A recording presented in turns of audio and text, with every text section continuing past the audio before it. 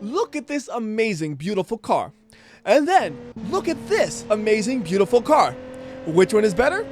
Find out in this video, where we also do a crash test between the two. Hey, this is WhyBeAre with BeamNG.drive, and today, we're going to be taking a look at a mod for the Legrand called the 2000s SHOWBOAT. So you have two options here. We have the Fade and the Flame. And if you ask me, the Flame is just an improved version of the Fade. So that's why we're starting with that one. And truly, looking at this vehicle, it is absolutely stunning.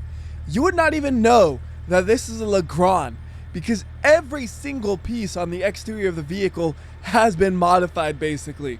This thing is so ridiculously customized. Heck, even the inside is the exact same story.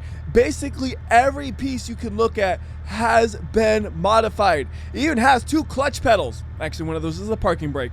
But we have screens everywhere. No matter what direction we look when we're in this car, we will be looking at least one screen. Even if we look directly behind us, we are technically looking at a screen right now. We'll come back to that in a second, but first, let's take a look at what's directly behind us, because normally the Legrand is a four-door vehicle. Now, it's just a two-door vehicle. And if we pop behind us, you see, there are no seats back there. We have multiple bottles of nitrous, aka Go Juice, and then more speakers than I could possibly count. And here, no matter what direction we look in, we are gonna see speakers. And going back a second, you remember how I said no matter which direction we look from the driver's seat, we're gonna be looking at the TV, but there's no TV there? That's because the TV is hiding in the trunk. Open up, you. So if we open up the trunk, you can see there is the TV. We have a TV hiding back there. And I bet if we use the node grabber, we could hook that there. And oh yeah, look at how many speakers are in just the trunk. Here's a fun challenge for all of you guys. How many speakers are in this whole car? Count them all and leave a comment and we'll see who's right. Anyways, let's go ahead and drive this guy for a little bit and completely ruin him. So one thing that's cool is it will drive with the TV open. So we can play a movie for whoever's behind us. Ooh, stairs. Will it destroy the bumpers? Surprisingly not. It is half coming off from the rear, but the front's still attached. So that's impressive. Will this destroy the bumpers? Oh no! I've killed the car by getting stuck on the front bumper. Front bumper, I love you, but you need to move. So I'm gonna just set you right there. My visibility is ruined, but now we can drive once more. And I know that front bumper will not stay on at all. I have to be very careful in the corners. You see it just sliding off. Get out of here, front bumper. I got other things to do, like trying to tip the car over in a corner. So come on, tipping. Yes. Although that really didn't do that much damage to the vehicle. Everything still looks pretty good. So let's go ahead and douse the flames, since this vehicle does have flames on it, and dip it into the water because I want a fresh car. And what better excuse to get a fresh car than completely hydrolocking the engine? So one of the really dumb features about this car is it can play music. So if you hit the hotkey, boom, it's playing music. And with this many speakers, this is the perfect song because it just sounds like muddy bass everywhere. Because this person has no idea how to actually set up their speakers. They just say more speakers is definitely better. Now let's go ahead and turn that off. And then how about these doors? So these doors are really unusual when you actually try to open them. First off, they're hard to open. But when you get them open, you see how tiny they are? They're these itty bitty little doors, and they open up on a hinge that goes vertical. That is not a normal door hinge. Unfortunately, there's no hotkey you can use to open up the doors like you see on some other mods, but they're still really interesting to see how they're hinged like that. It's just a shame that in order to do that, you have to completely break them, although there is a solution. Thanks to another mod I have installed. So I brought back a mod I used years ago, and I'm surprised it still works even. It is the Beam Regenerator, which can repair damaged vehicles. So just like that, the doors are nice and straight, and it looks like they should, and you can open them without damaging things. It worked perfectly, just as I expected. I love it. And I guess if we wanted to, we could also do the same with the trunk, because the trunk's kind of a pain to open up, although it didn't seem to get damaged. And since we're opening everything up, why don't we take a look at the engine, which is the most boring part of the mod because it just looks like a regular stock engine. And we'll hit repair once more, and then look at this neat little feature. When we steer to the left and right, the doors will open up. What is the point of this? There is absolutely no point whatsoever. I just think it's neat that we can do that. And oh no, this car is not liking this one bit. It does not have a lot of ground clearance, so we are scraping the whole way. There is a way we could fix that if we absolutely had to, but I think we're gonna make it to the paved roads without losing any body panels. So the paved road is right there, and we are okay. The front bumper is still attached, and that was the thing I was mostly worried about. So here's something else that's cool. We're turning on the nitrous now, and when we accelerate and the nitrous activates, watch the left exhaust tip. Look at that visible nitrous. And yes, it's only the left exhaust tip. Don't worry. There's a perfectly reasonable explanation for that, which I will try to remember to take a look at later on. But to do that, we need the car kind of upside down. Right now, we're 4 wheels on the road, so we're going to keep driving as long as we possibly can. And this is great. We go to the right, the door opens. We go to the left, the other door opens. For me, that is super amusing. And then we hit a bump and the trunk opens. Like everything on the car just wants to open up. I actually wonder if having the doors open up changed the way it drives at all. Like technically, yes, it does do something, but can you actually notice it in side-by-side comparisons? That is my question. Ta-da! It still looks perfect because the beam regenerator was still going that whole time for some reason. I don't know why it's been doing that, but yeah, it's just there trying to repair the car non-stop, even though it didn't look damaged actually. So now we don't have to worry about that for the next crash. So we got to make sure we get a nice high-speed crash that causes some decent damage to it. We got the nitrous coming out that left exhaust only. And I know I haven't showed you the exhaust yet. I promise I will if we land on our roof. If we land on our wheels, well then I still can't show it to you. So come on car, do a big flip, land on your roof, going like 90 miles per hour and flying off the road. Here we go. Upside down and nope, still on our wheels. And now it's actually been destroyed. And wait a minute.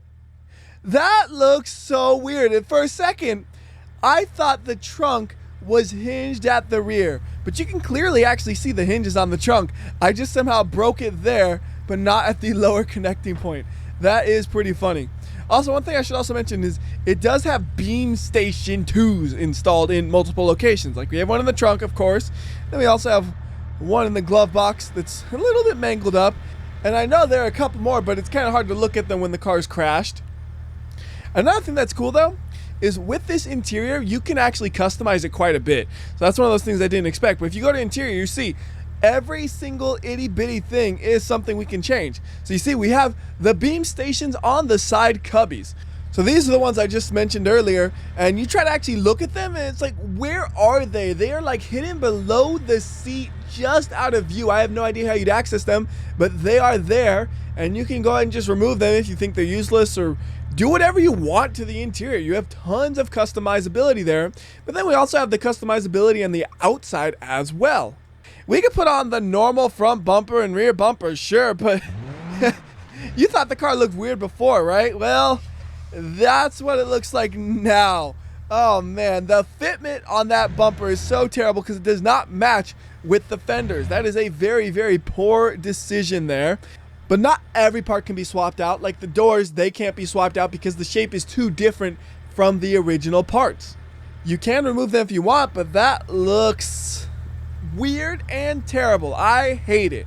So let's just go ahead and fix everything up by reloading the car. And this time we're going to get the fade version. And you can see this one is almost identical to the previous one. The only real difference is the paint job. So on this one, it just has the fade on it, where the other one had all kinds of flames and stickers on it. And one thing I found kind of funny is if you try to change the color, you can't, but you can. So if you make it red, you see just all these areas that end up being red. So it makes it like this is a just hand painted their car, but didn't properly mask it off. So the original car was red. It just kind of shows through in all these random locations. And if you try to change the other colors, they don't seem to do anything. So for example, if I make them yellow, I don't see any yellow on the vehicle. It's just a kind of disastrous paint job, but it's a realistic disastrous paint job. So anyways, we're flipping this guy over so we can finally look at the exhaust. So why does it only come out of the left side? Because only the left side is attached to the engine. The right side is completely fake. It's just a single metal piece there where the exhaust is. And also, we have a bunch of neon on the other side of this thing. There are 8 pieces in total. And they do light up, but it's kind of hard to tell with it being daytime. So we're going to make it nighttime real quickly, and then you can see the neon glows inside of the vehicle. Now, unfortunately, it does not actually put out any light like the headlights do. All it does is just glows that part of the vehicle. So if we flip it over, you can see just how bright it glows, and then it goes back onto its wheels just like that, and it should still be able to drive. Another neat thing about this vehicle is if we go to the interior of the vehicle, there is a button we can click that lights up the whole inside, and it just glows in here. It's actually kind of beautiful, isn't it? Being able to see the car so well, but seeing nothing on the outside. Like, actually trying to drive this thing around at nighttime is terrible, because if you look to the right side, you just see a TV, and then you have everything lit up so much in here, everything outside ends up looking a little bit darker. And of course, I'm not using my headlights, because headlights are for wimps. Although, yeah, I could use my headlights, and it makes things a lot easier, especially if we include the high beams. But taking my hand off the steering wheel to turn on the high beams is a risky maneuver that actually turned out okay, because we can keep on driving apparently. Although now the headlights are all broken anyways. So what a complete waste of time that was. Technically, yeah, I can drive it like this. It's just not pleasant. So here's another neat feature about this car that I want to show you, but we gotta go back to daytime for you to be able to really see it. So first we'll fix up the car, then we'll go to the outside, and then we go back to daytime. So this is pretty cool. With the click of a single button, we can raise and lower the suspension. So far, we've always just been driving it at the lowest setting. But I mentioned earlier, if you get to an off-road area, you can do something to help with that. That's raising the suspension. And now look at how effortless this is. No scratching my amazing body panels at all. Just easy, clean driving through this bumpy terrain. We're gonna really go on it too. Like, here's a jump a little bit right here. Come on, get some air. Yes, and it still is going decently well. I see the rear bumper kind of shifting around a little bit like it wants to fall off, but the extra height definitely helps. For example, doing this, there's no way we could have done that without the extra height. We are just straight up off-roading now, and this is just front-wheel drive, so it should be very easy to get stuck, but that ground clearance is doing its job. It's, whoa, tipping a little bit, but it's kind of like driving a crossover in a way. You just have a dumb front-wheel drive vehicle, but it has a lot of ground clearance for some reason. That is this LeGran.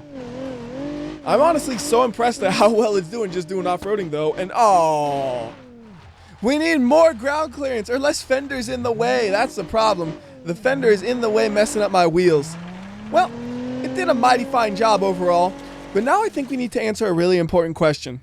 What is faster, this vehicle or the 2000s show car Pessima that I made a video for a little bit ago? The best way to figure this out is to go to the racetrack and find out. So I'm going to head over to West Coast USA, and we're going to do just a little drag race, maybe a race around the track as well. We'll see. And to be perfectly fair, we're going to do two races here. One of which I will be driving the 2000 show car, and the other one I'll drive the LeGran, because I can't trust the AI to launch the cars as good as I do. So I'm going to drive both of them. That way I feel like both cars really were driven close to as fast as they could possibly go on the quarter mile. And we got to make sure we remember to turn on the nitrous for both of the vehicles so they both perform as good as they possibly can. So we got to line up for the drag race, and we're not going to open the doors, because I'm pretty sure if we open the doors, we would go a lot slower. We got to keep the doors closed to go as fast as possible. And off the line, it looks like I am definitely beating them, but there's no spoilers here. Not until we cross the finish line and see the results. And we have a time of 14.7 at just over 100 miles per hour. So I easily beat the AI here by about 2 seconds. The question is if we swap the cars, do the results change? So now they get the 2000 show car, and I'm gonna get the LeGran. Too bad there's no button you can just click that says swap cars, because I don't trust the AI to drive fast enough. I know I'd probably only click the button like 5 times in total, but those 5 times, boy, would it be so slick and so easy to do so. Anyways, the race is on. Oh, look at this. We actually have a really close race this time, which means even if I win, the Pessima is probably going to be the faster vehicle. So we're going to get across the line with a speed of 96 miles per hour at 15.2 seconds. So it's not as slow as it first appeared, but it is still about a second slower than the Pessima. Good attempt though. With the AI driving, they're actually almost identical. And now would be also a good time to mention what kind of engine does this thing actually even have. So it starts with the 3.3 liter V6 engine, which is not the biggest engine you can get on a LeGran. Ooh, and look at this. we are getting brake fade in just one corner. I could feel that. Now back to the engine. As I said, it has the 3.3 liter V6, but then it gets a bunch of upgrades. So it has like a racing ECU, it's heavy duty, it has a supercharger, and then it has nitrous. So it actually has some serious upgrades on it, where the Pessima, literally all they did to the engine, if I remember correctly, was they slapped a big fat bottle of nitrous on it and they called it good. And driving it around the road course here, it's actually surprisingly pleasant to drive. You saw it can go like 100 miles per hour in the quarter mile almost, and it has good enough handling for us to do some maneuvers like this, where we just clip the front bumper off. Haha! Weight reduction. Honestly, with how chunky all these body panels are on this thing and all the speakers and junk, I bet this thing would be a lot faster if you just tore off every body panel you saw. Or maybe you just even replace them with the stock body panels, because the stock ones are probably lighter because they don't have so many speakers in them. They're not so chunky. So there's a nice big crash into the side and rear of the vehicle. So let's take a look at the damage. Wow, those speakers in the rear really got messed up. So here's an interesting idea I have though. Since this car technically is a two-door version of the LeGran, right? What would happen if we replaced all of the absurd body parts with the most normal alternative parts that are available to us? So we can't replace every single part here, but I'm going to replace as many as I can, and I'll be back once I'm done. Well, it kind of works, so it looks a lot more normal on the outside, but we still got tons of speakers all over the inside.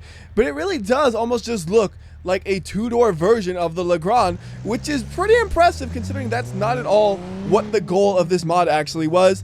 And I think this is a good time to do a side-by-side comparison. So I'm going to get a regular LeGran and stick it right next to it, and we'll get the Sport V6 edition. And you can see they have the same kind of body shape, but the back door is just gone. How would you do something like that in real life? I have absolutely no clue. But it is really cool to basically see a two-door version of the LeGran in this mod. But now we gotta do a test, because I mentioned earlier, I bet the car would be faster if you just replace the body panels with the originals. So that's what we're gonna test. I'm gonna cross my fingers hoping my hypothesis is correct. But if you're doing real science, you always gotta admit, if you're wrong, you're wrong. Off the line, maybe a touch faster, a little bit hard to tell. The AI could also just be slowing down because there was a car in the middle of the roads and it didn't know what to do. It's like, there shouldn't be a car here. I'm gonna come to a stop, guys. It feels like it's going faster though. Oh yeah, with the weight reductions, it's just as fast as the Pessima show car. Seriously, all that junk on top of the car actually added a whole second to the quarter mile time because I didn't touch the engine at all. The only thing I did that would really change the performance is I just gave it Steelies instead of those monster tires it had by default. That's really the only thing that would change performance aside from the weight reduction. But I just had a dumb thought, which is better in a crash, the Pessima or the LeGran? So I'm going to retune this car back up and I'll be back once she's ready to go. Alright, we got both cars on opposite ends of the drag strip. Both have nitrous enabled, so I'm going to tell the AI to go ahead and try to chase me. Also, if I did that dumb thing where I started my videos with a random clip, it'd be like, look at this amazing, beautiful car. And then, look at this amazing, beautiful car. Which one is better? Find out in this video, where we also do a crash test between the two. So since we are going like 100 miles per hour, we're going to use 100 times slow motion on this crash so we can really admire the destruction of these beautifully modified vehicles. They're just so tastefully modified. I could see them on any magazine cover, even the ones for muscle cars. Alright, so which is better? Well, they both got utterly wrecked, and I can't tell you which one is better and which one is worse. So why don't we do a quick little round two that's at a bit of a lower speed. So I'm just bring my car up and teleport it like right here. And I don't know why it does that, but for some reason when we teleport this car, it puts it in the wrong direction. So we got to fix the direction real quickly like so. And then we're going to have to save this spot, reset the Pessima who is charging at me. And now we should be good to go. So hopefully this one will be like 60 miles per hour, I would guess. It's basically an eighth a mile for each of the vehicles. Alright, even with me reducing the size of the road, we're still going over highway speeds. So this is still going to be a pretty big crash, but the cars have definitely held up better overall. Although again, I could not tell you which one is better because they are very, very close overall still. So they are just equally amazingly beautiful cars. That's the conclusion we can come to, although one is definitely faster than the other. So now to finish everything off, let's go ahead and go to Leap of Death and do some Leap of Deathing. And here, the best version to use is probably gonna be the SHOWBOAT Flame, because I just like the way the flames look. The flames and the stickers look cool in the most ridiculous way possible. And actually, before we do this jump, there's one more thing we gotta do. Go up, and now we got the ground clearance to do the jump nice and easy, and we won't lose our front bumper. Haha, I'm a genius! Does it actually work? It did! I actually am a genius. I know I wasn't using nitrous there, so we could have went a little bit faster, but I doubt it would have made that big of a difference. So here's the impact. No slow-mo on this one. Just a big crash and pieces flying everywhere. And the nitrous bottles have stayed perfectly intact, except they've inverted to the underside of the vehicle. Don't know exactly how they managed that, but that's interesting. So I'll let this guy fall all the way to the bottom. And now would be a good time to think, which do I like better, the LeGran or the Pessima? Well, they are both pretty much equally ridiculous, but I feel like the LeGran takes it to another level of ridiculous. On the other hand, the Pessima seems like it has a lot more interesting functionality with the ability to open up the doors and such. So it's a really tough choice for me, but I think the LeGran is just going to win because it's a little bit more of an absurd vehicle to modify in the first place. Who goes and modifies an old American front-wheel drive economy car? You know, Japanese economy cars, those are modified all the time. Not Legrand's like this. I would like to know, though, which one did you guys like better? Leave a comment telling me which, and we'll see which one is more popular. Anyways, that's going to do it for this video. Until next time, this has been WhyBeAre. And remember, if you like or dislike this video, I will know. I can tell by how absurd the vehicles are. So do the right thing, and I'll see you next time.